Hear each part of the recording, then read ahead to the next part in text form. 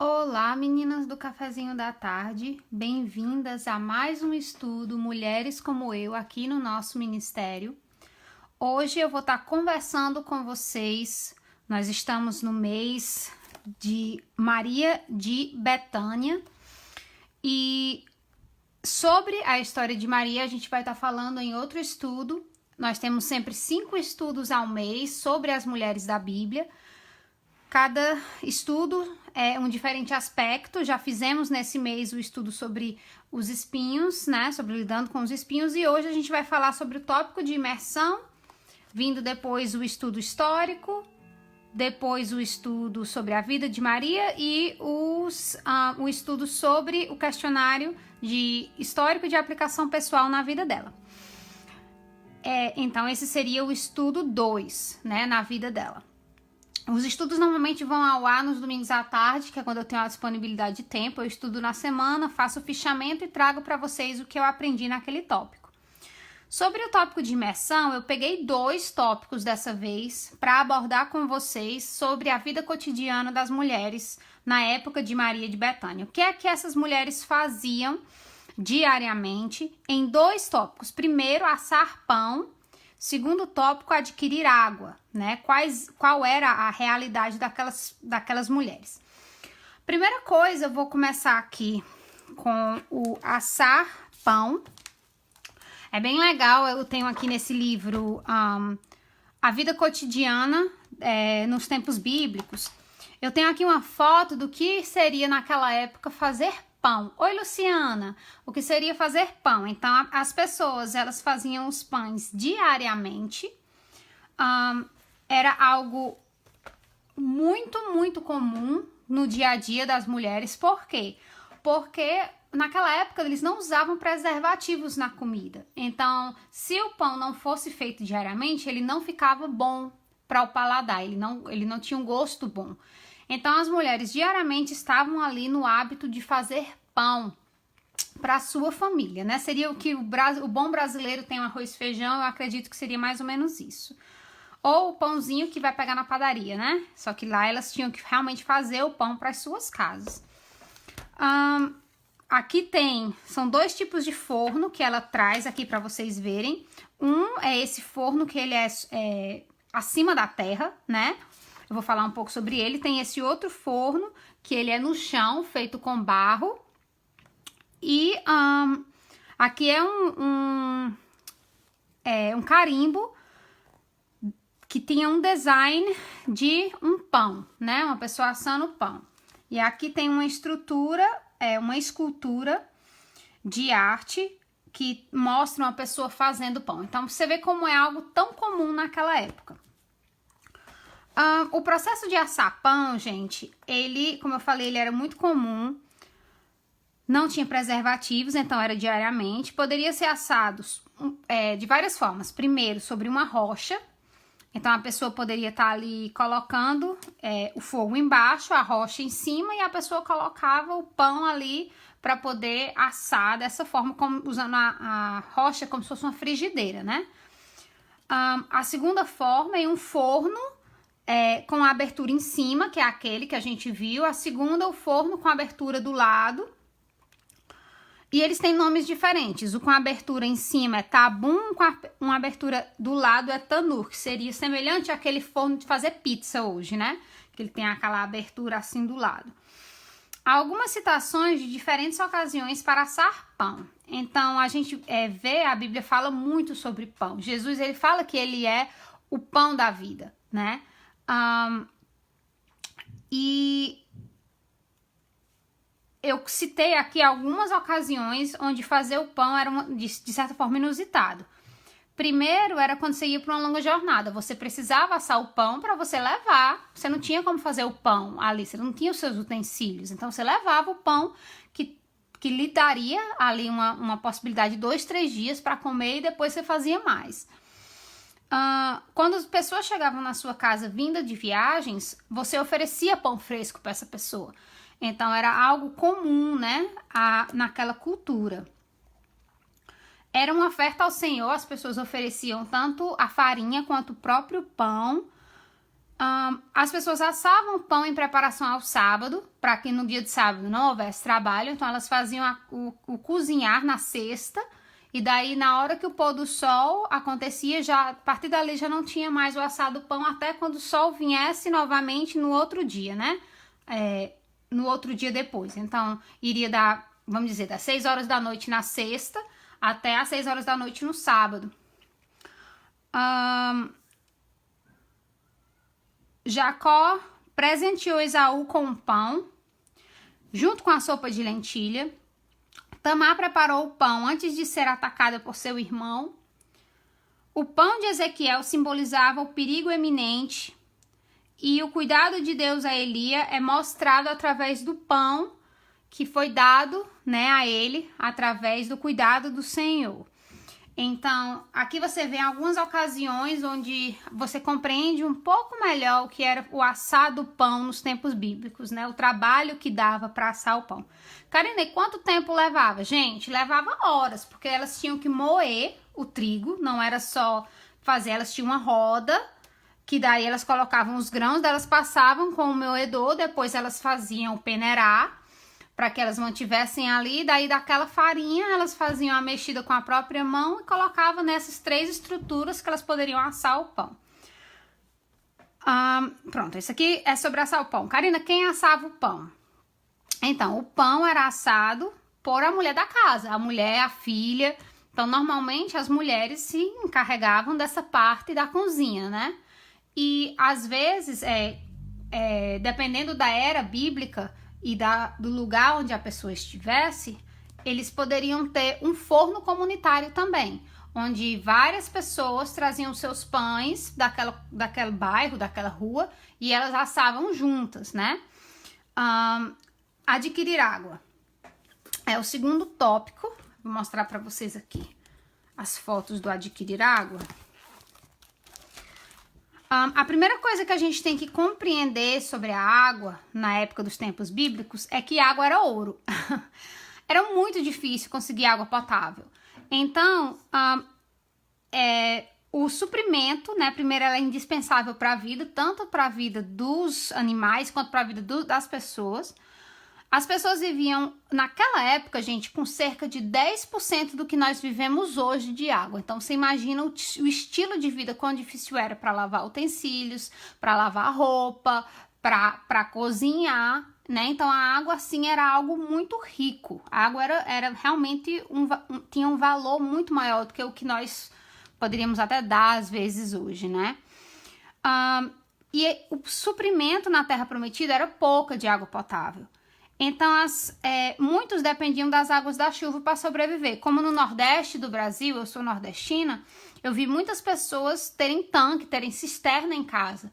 A água rolava do teto da casa, caía no tambor e as pessoas usavam ali aquela cisterna, um tanque, onde a pessoa armazenava a água, porque para poder lavar banheiro, fazer essas coisas que você não seria apenas beber, né? Ou filtrar para beber, se fosse o caso, porque realmente era muito difícil conseguir. Casas no sítio muitas vezes não tinham água encanada, então era mais ou menos a realidade que eles viviam naquela época, né? A única diferença é que quando eles estavam acampados não tinham nem como construir essas cisternas, eles tinham realmente que ir atrás de água, ficar perto de um reservatório de água. Existiam 3 formas de ter água naquela época. Primeiro, nascentes naturais, seriam o caso dos oásis ou até de riachos, que a água brota da terra. Essa seria uma forma. A segunda forma, um poço artesiano, que é quando você cava para você conseguir ali a água, que seria o que a gente chama de poço no Brasil. Que as pessoas cavam, colocam tijolos, né, ao redor, e daí você bota um balde e você puxa a água do poço. E a outra forma é cisterna, construída para armazenar a água da chuva, que é o que eu acabei de falar, né? Na questão do nordestino, isso é muito comum ter cisternas lá. Boa parte do ano era investida em identificar, desenvolver, manter e defender sua fonte de água familiar. Então, encontrar naquela época, gente, água potável era algo tão feliz para aquele povo, era algo tão maravilhoso, que a própria Bíblia compara essa com a união do amado e sua amada, com o prazer da união na cama de um casal. Então, isso por conta de quão prazeroso era poder encontrar água potável, por ser tão escassa, né? E boa parte do trabalho diário consistia em obter água potável. Então, a pessoa tinha que andar muitos quilômetros, às vezes, para conseguir essa água trazer, para ter ali alguns dias e ter que ir lá de novo pegar. Alguns casos na Bíblia do uso de água, né? Rebeca adquiriu água para o servo de Abraão e os seus 10 camelos. A gente sabe a gente leu quando a gente estudou sobre Rebeca, sobre o trabalho dela de poder trazer essa água, né, para eles. Moisés deu água ao rebanho de Jetro. Os homens soldados, né, de Davi, os homens valentes de Davi, obtiveram água do seu poço em sua terra natal para animá-lo. Vocês lembram que ele estava com vontade de beber água? Os homens arriscaram sua vida, 3 homens, para poder trazer água para ele. E ele derramou na terra como oferta ao Senhor, né? Pessoas que abandonam o Senhor deixam a fonte de água viva e constroem suas próprias cisternas. Jeremias 2:13. Isso falou muito ao meu coração.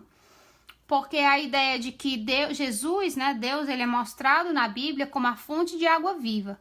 E as pessoas deixam de beber dessa fonte de água, que é muito mais satisfatória, porque é pura, porque brota da terra, de uma nascente, e eles constroem suas próprias cisternas de água suja.